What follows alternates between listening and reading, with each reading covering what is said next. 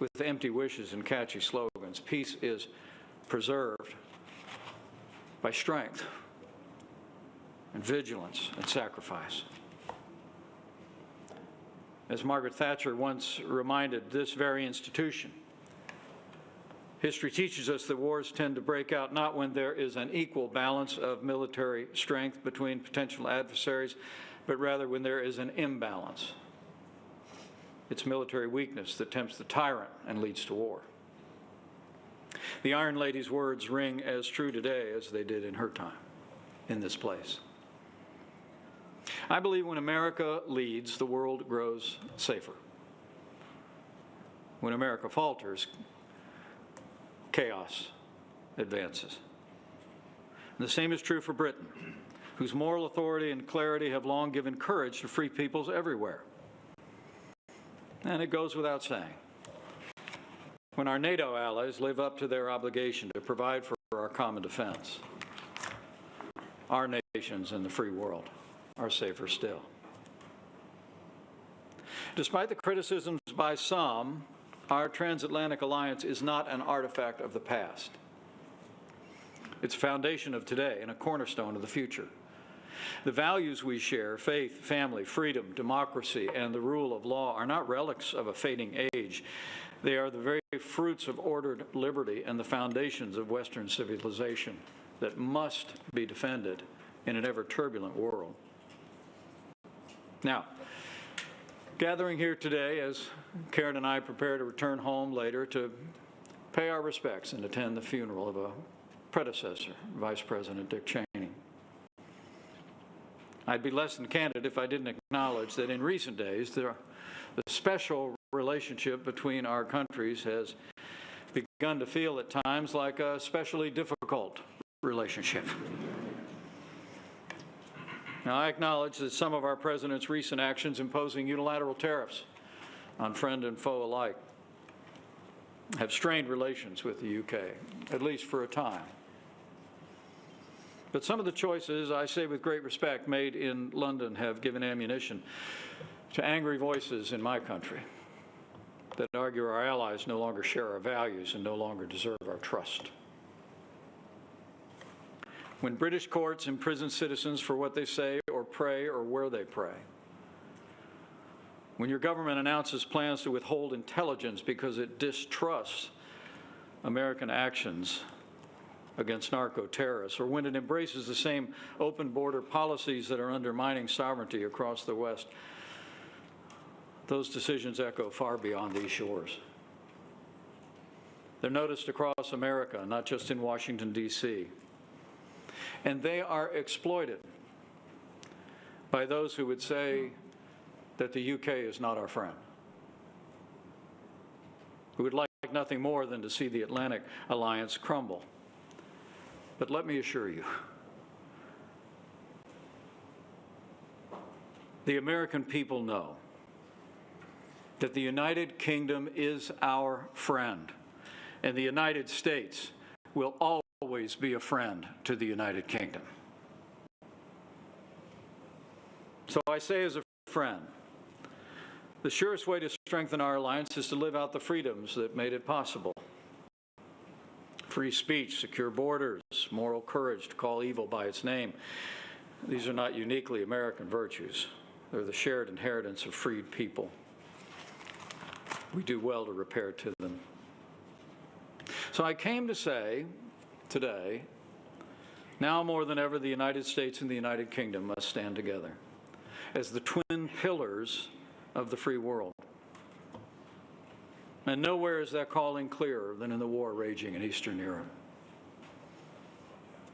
My wife and I have traveled into Ukraine since Russia's brutal and unprovoked invasion 3 years ago. Just a few short months after the initial invasion, we crossed the border of Poland to a relief center and saw a sight I never thought I'd see outside of black and white films from World War II.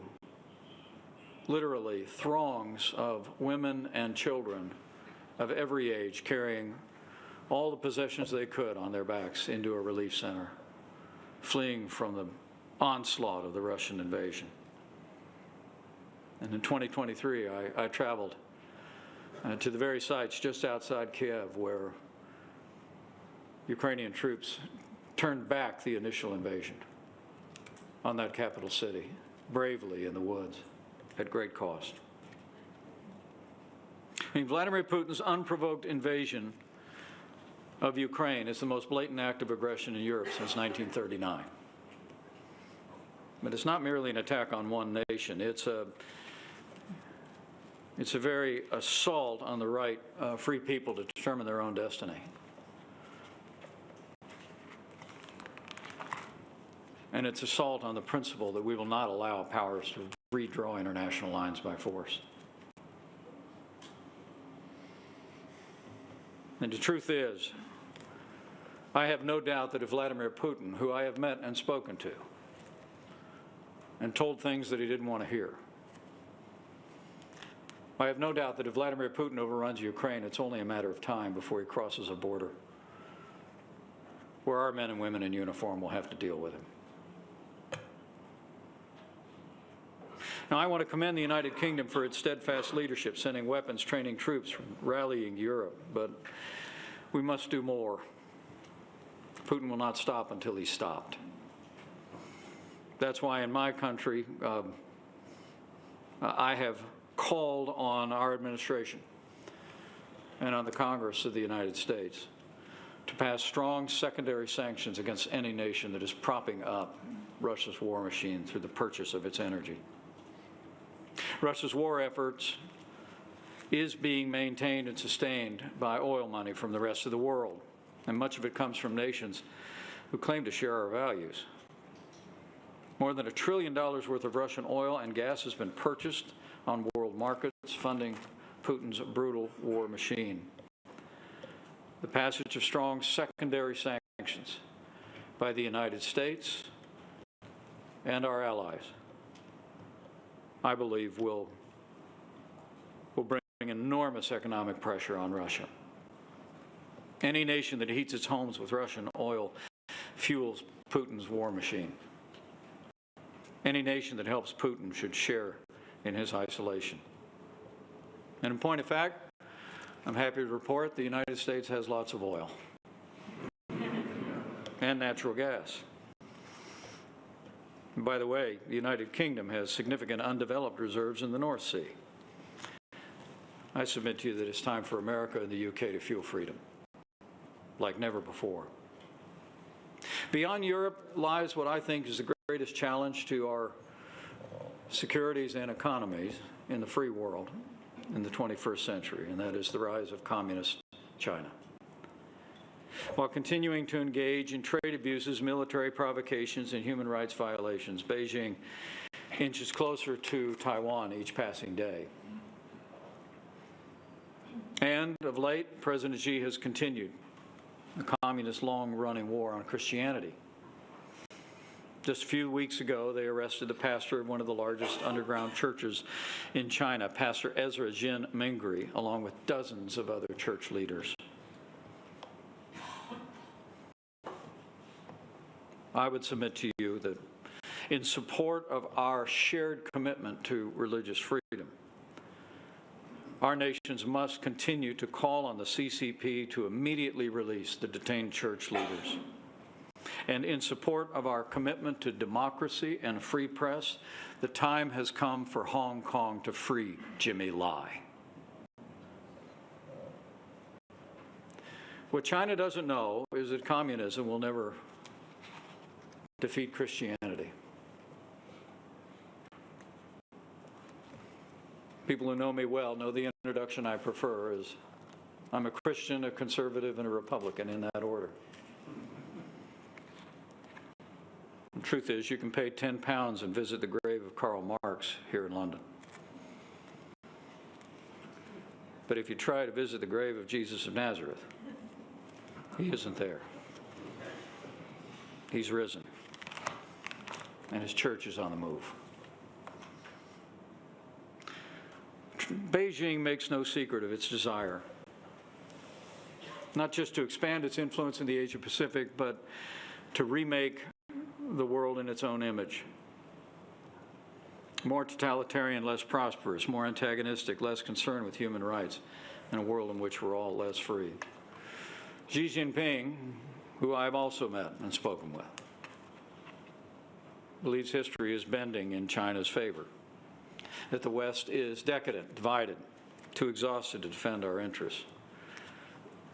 And sadly, America's rising isolationists agree. But I say with confidence, President Xi is wrong. Together, we will meet China's challenge with unity, defending freedom, navigation in the Pacific, standing with free people of Taiwan, securing our critical supply lines, and ensuring the technologies of tomorrow are shaped by liberty, not by tyranny. The future does not belong to the Chinese Communist Party. The future belongs to freedom.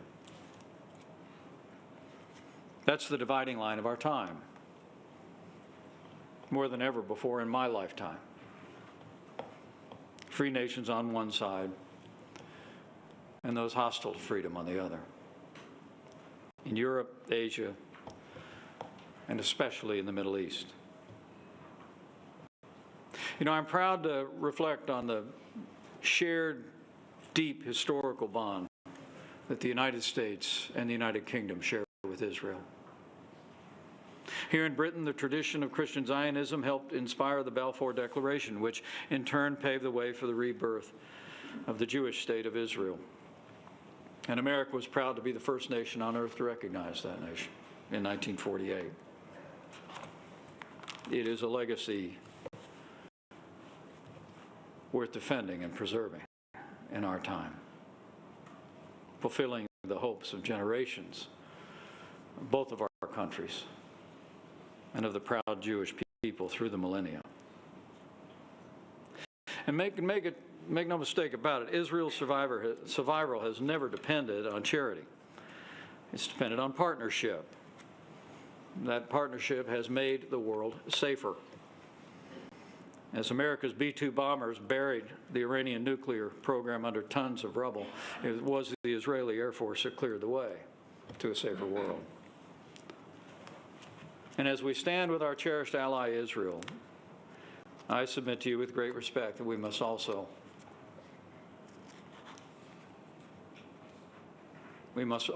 with renewed vigilance, confront a growing evil that has reemerged in the West. Old hatreds dressed up in new rhetoric on the right and on the left represent a vile and dangerous trend in the Western world.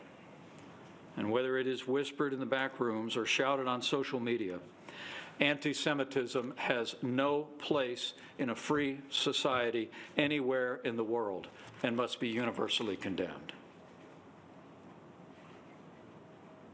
So those then are our challenges, and I look forward to our conversation and your impressions. And I know there are some who say that America is weary and losing interest in the world. That we've lost our appetite for leadership, but that's not the America I know. Outside of social media echo chambers, I can assure you the American people still believe in the ideals of our founding and still embrace America's unique role as leader of the free world. The Ronald Reagan Presidential Library in 2024 did a national survey, found that 57% of Americans, a record high, believed, quote, the U.S. should be more engaged and take the lead in international affairs. Even a majority of those who identified themselves as MAGA Republicans embraced that principle, and I believe they still do. The American people are rejecting the siren song of populism,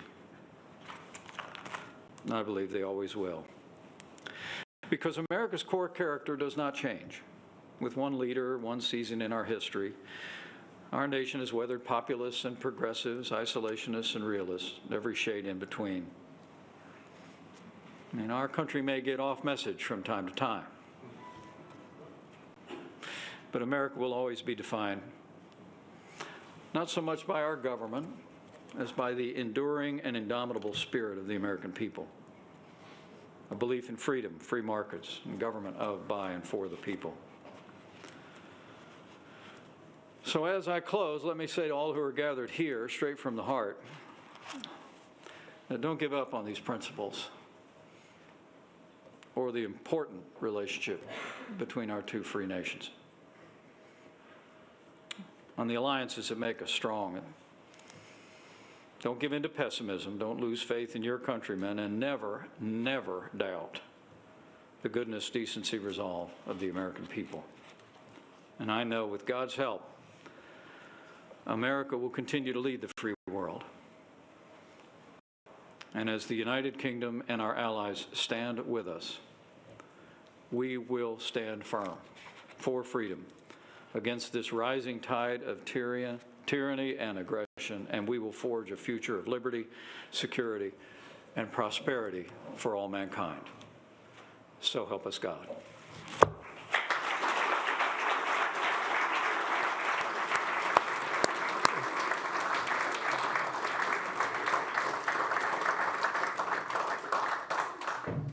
Mr. Vice President, thank you very much indeed. With those final remarks about America's core character does not change, you've taken us right to the heart of one of the questions the world is asking about whether the United States has indeed changed. And I wanted to pick up one point, one central point in what you're saying, which is whether the United States still respects the rule of law. I'm thinking of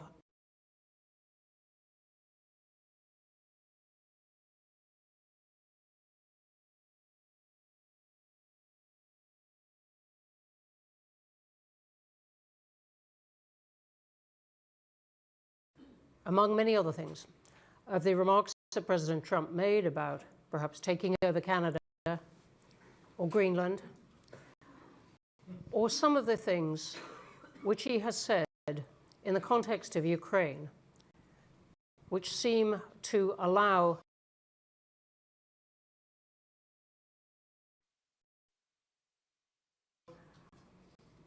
President Putin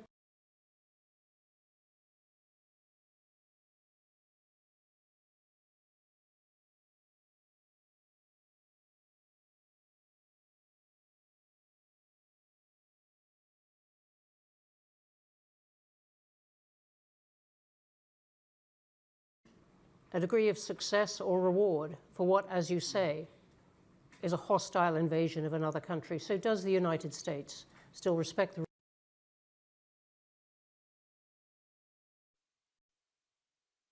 rule of law? What can you say to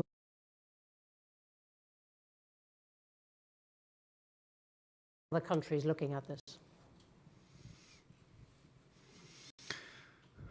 Well, gee, look at the time.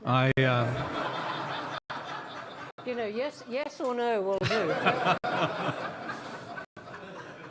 Well, I say emphatically yes. The people of the United States of America and our leaders not only respect the rule of law, but cherish it, cherish freedom. You know, I'm very proud of the record of the Trump-Pence administration. It didn't end the way I wanted it to, but I'll always believe, by God's grace, I did my duty that day in January of 2021, the seat of the peaceful transfer of power. But up until that time, I can tell you that President Trump and I had a close working relationship. Some people think we're a little bit different.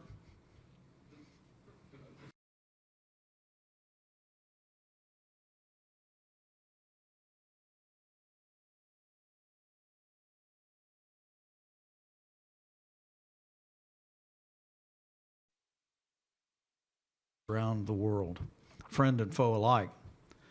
But along the way, I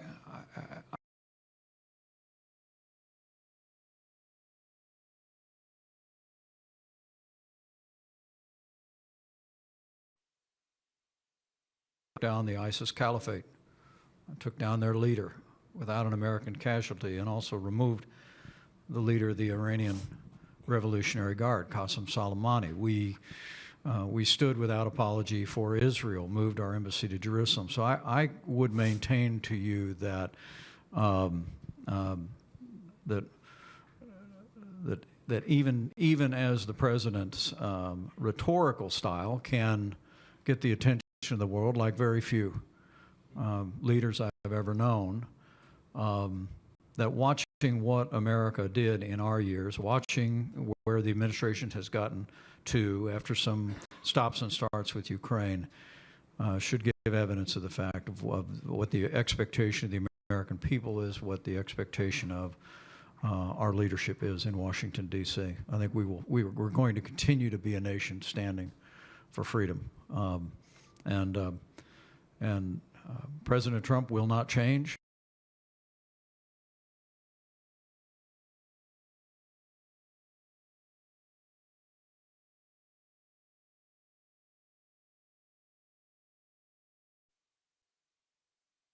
Isolationism, I brought it up today. The president I serve with is not an isolationist. In fact, he has a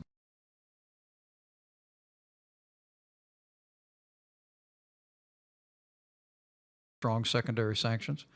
And so I don't think, I said in my first trip to Europe as vice president, it was always my impression, America first doesn't mean America alone, but it does mean that our allies would live up to their word to do their part, and $140 billion more of investments by our NATO allies after our first 4 years was evidence that our allies across Europe, here in the UK, did the same. So I don't think you should have the view, other than we should all take the view that this is a real moment of testing of the West.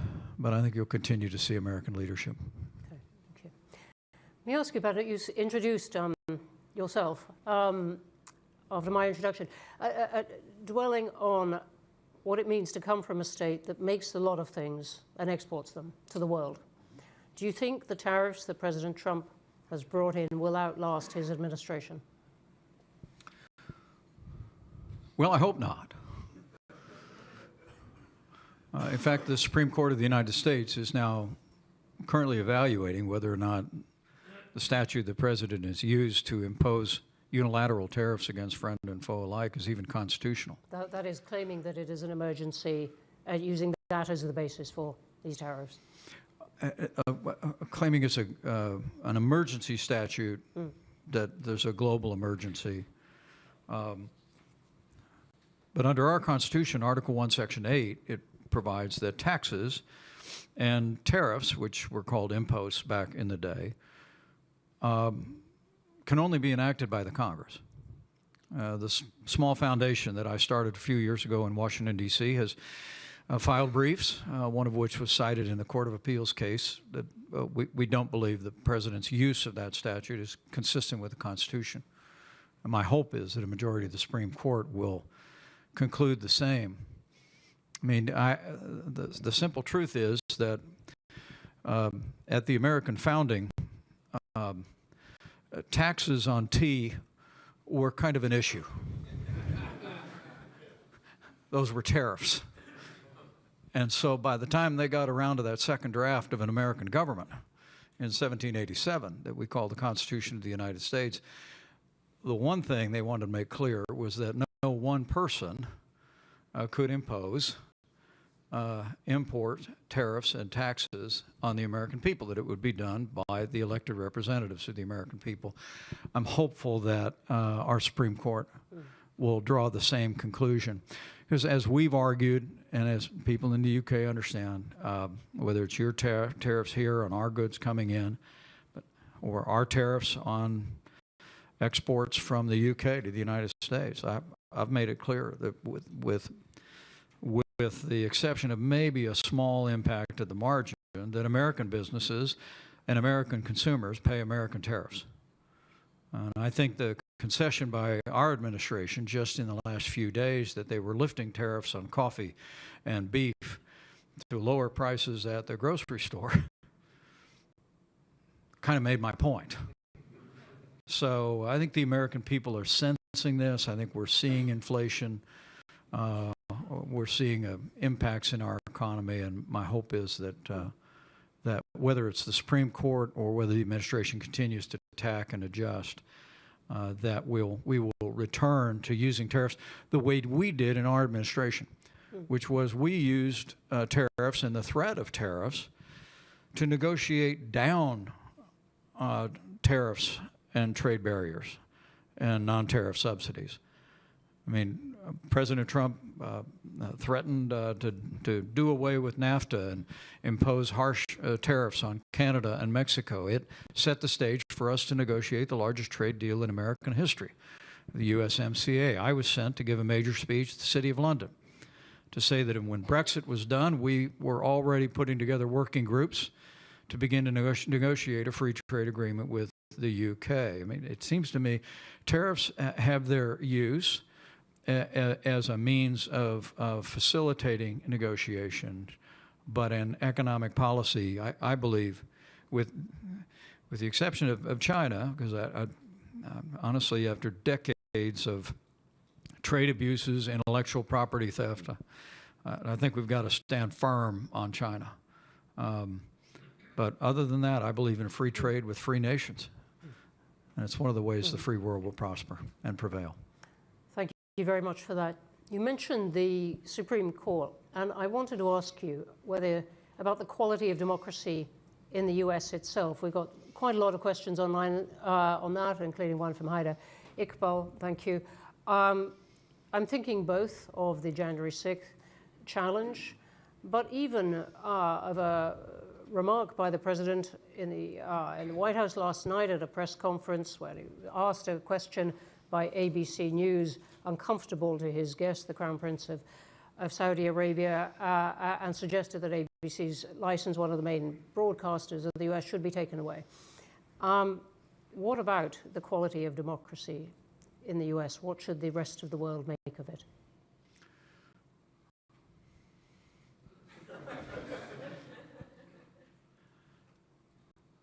I'm very confident about American democracy. The American people cherish our representative government. They cherish, and I believe you'll see celebrations next year all across the country in big cities and small towns, remembering the signing of a Declaration of Independence, the ideals enshrined there.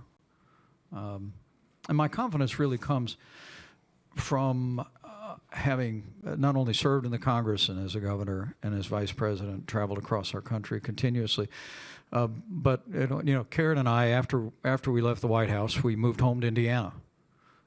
We bought 5 acres and a pond, a riding mower, pickup truck. So we spent a lot of time traveling around the country, as well as just living in the heartland. And I have to tell you, there has not a day gone by traveling anywhere across the United States that I haven't been deeply humbled by having people come up to me on the right, on the left, everywhere in between, and express appreciation for our service, particularly on that fateful day. And it has reiterated to me the deep love the American people have for our Constitution. You know, we've had a few elections since then. There have been reforms at the state level for elections. The 2022 elections went off without a hitch. 24 elections worked out just fine for the president. We just had midterm elections, less so, but without controversy. And I think you can be confident the American people are going to continue to demand that we live up to that ideal and that principle of representative democracy. I know there are going to be a lot of questions, so let me just ask you one more. You mentioned some points where you thought the UK was going wrong.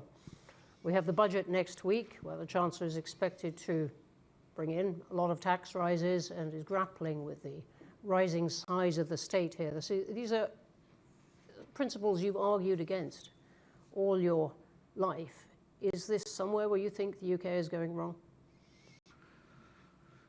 Well, I would just caution friends about ignoring the real threat to the long-term security and prosperity of both of our countries, and that's public debt.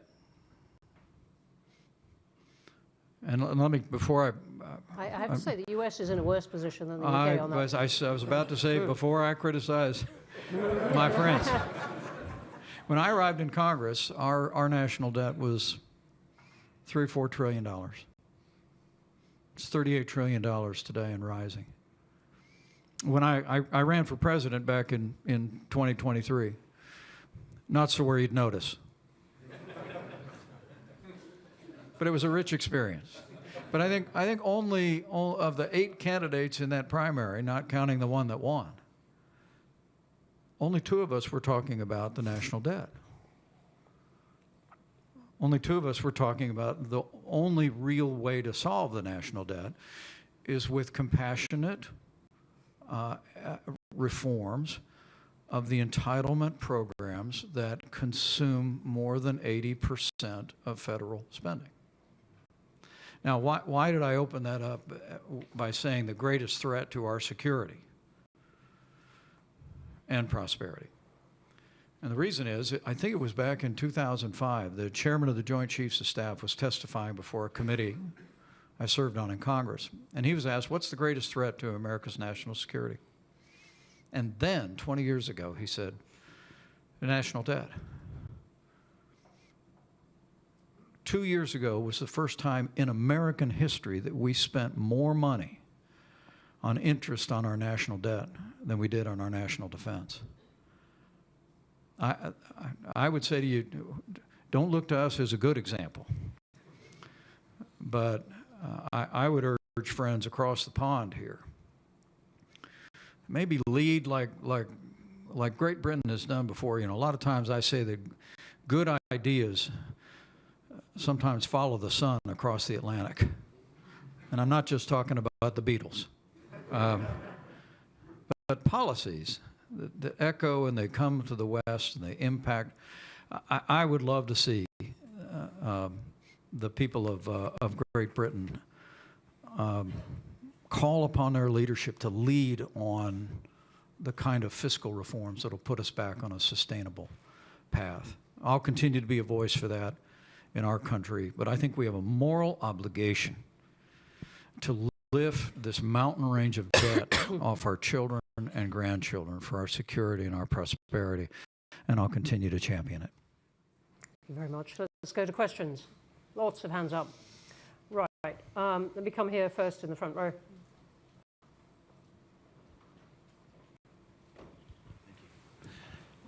Mr. Vice President, could you elucidate... Could you say who you are? Oh, I beg your pardon. Sam Kiley from The Independent. Mr. Vice President, could you elucidate a little bit more on the perception we certainly have here in the United Kingdom and Europe that internal democracy in the United States really is under threat? There's been attacks on the judiciary, the media, the Pentagon, the armed forces have been eviscerated of potential critics. And certainly as I come from the African continent, the kind of incipient coup is pretty obvious to some of us.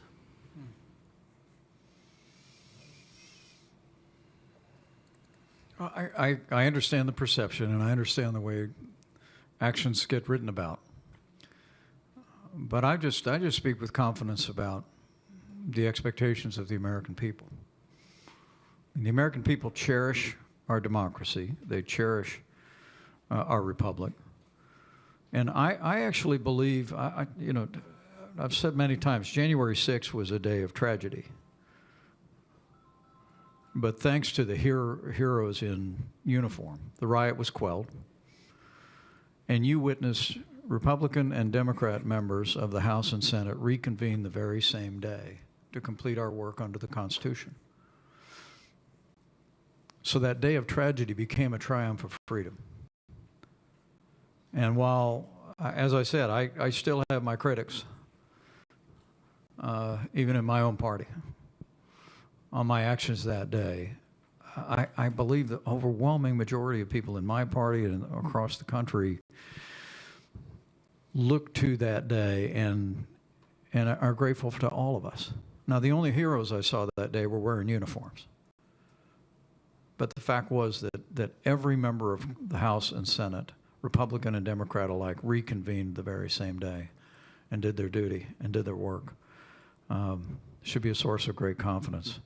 There's always, with changing administrations, there's always cross currents, and perceptions can vary, but I have great confidence in the expectations of the American people, and you should too. Okay, thank you. The woman right here towards the back, two in from the aisle. Thank you very much, Mr. Vice President. Judy Harthi from the Leadership International Program at Chatham House. We're all witnessing the Crown Prince of Saudi Arabia's visit right now to the White House, and we're hearing about a potential defense pact and new AI agreements. We're hearing also that this partnership will evolve beyond the traditional. What will that look like in the short term and in the long term?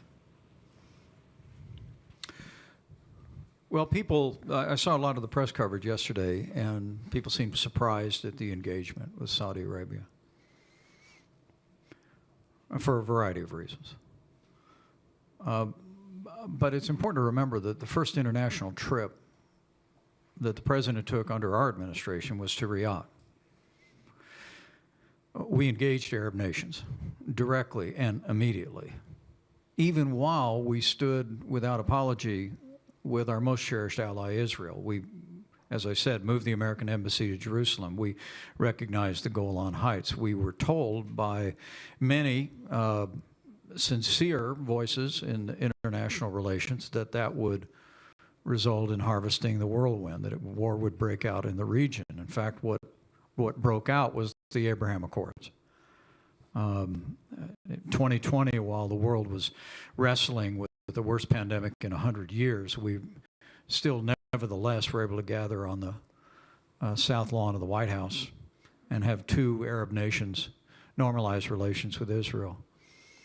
And while I've expressed concerns here during my trip in the UK about the sale of F-35 aircraft to Saudi Arabia, and given that's the most advanced aircraft platform that we have, stealth technology, and I am hopeful the administration will carefully consider the transfer of that technology to Saudi Arabia and take steps to ensure that that technology does not fall into China's hands.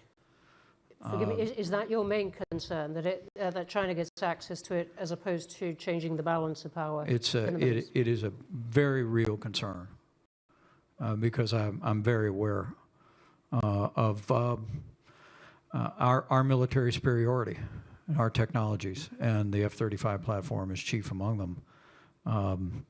But the other part of that is I hope what comes from it is I hope Saudi Arabia will find its way onto the Abraham Accords. That would be a colossal development in the region, and it may well signal, after the horrors of October the 7th and the tragedy of the war the necessary war that Israel prosecuted in Gaza since, it might well herald a completely new season for peace in the region. Okay, thank you. Here, second up. My name is Nishan Chilkuri, Chatham House member, and I work for the Daily Mail. Mr. Vice President, you've obviously paid a big price for your commitment to upholding the Constitution. Going into the next election, do you expect to see actions that will challenge it yet again? What are your biggest fears?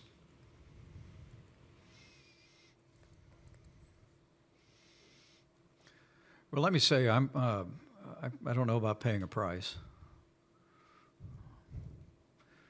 Last Tuesday, and in our country, on November 11th, we remembered people that really pay a price.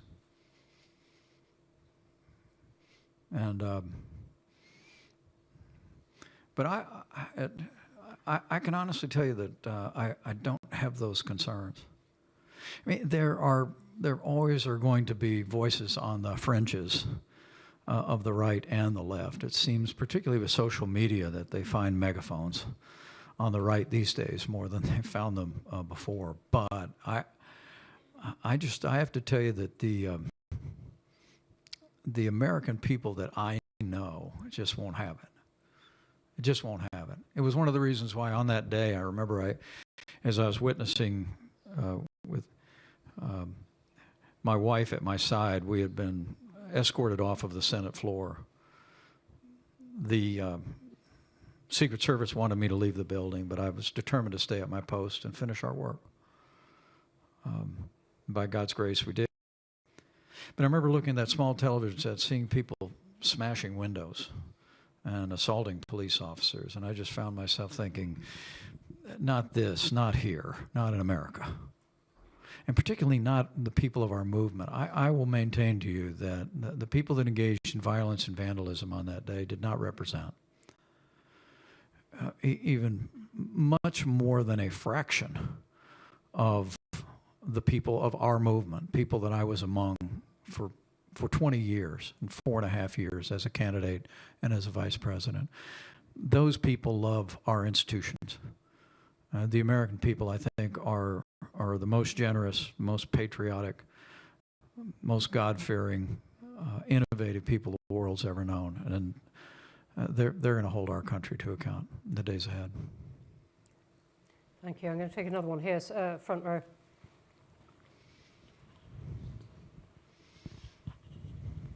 Jonathan Rugman from Channel 4. I wanted to ask a question about a former resident of Indiana, actually, the journalist Jamal Khashoggi, who was a student there. Yesterday, the president said that the Saudi Crown Prince knew nothing about the killing of Jamal Khashoggi. Do you believe that? And did you see evidence to the contrary when you were in the White House, given that the subsequent intelligence assessment, which was published, said otherwise? I would not have said that. Beyond that, I would not. I think the president also praised his record on human rights. Look, there's. Just to be clear, you would not have said that the Crown Prince knew nothing about it. Well, I really can't speak to intelligence that I was exposed to. Well, President Biden published the assessment. But what I can tell you is that I would have not have made that statement. And I think part of foreign policy, you've talked about it here for 100 years at Chatham House, you got to take the world that you find. And you got to make relationships with sovereigns as you find them. And so I do think the relationship with Saudi Arabia is one that we need to find a way forward on. But I think it's very important that we never cast aside. We never cast aside our deep commitment to freedom, to the freedom of the press, to and I can tell you, I just simply I would have had I been given the opportunity to be sitting in that right-hand chair in front of the fireplace, that meeting would have gone a little different.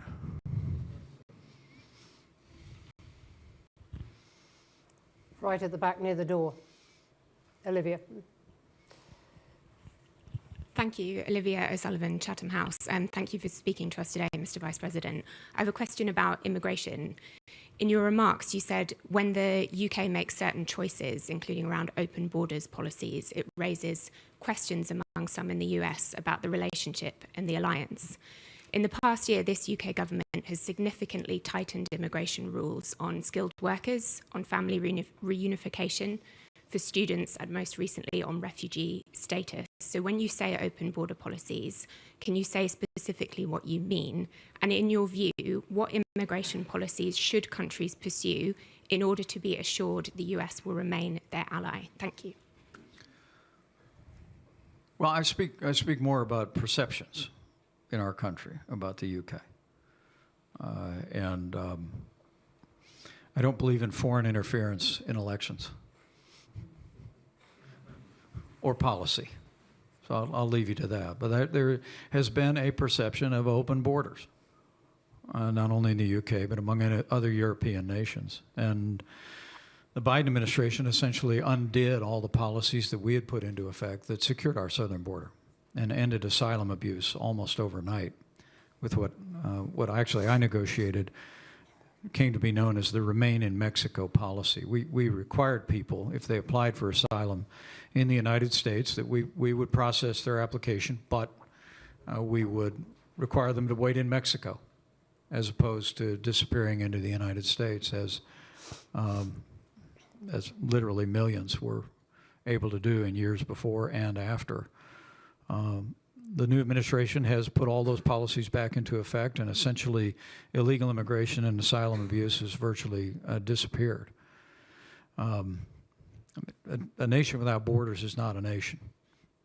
And I think it's absolutely essential that, that our nations not only secure our borders, but I will also say to you, I think our immigration system in America is broken.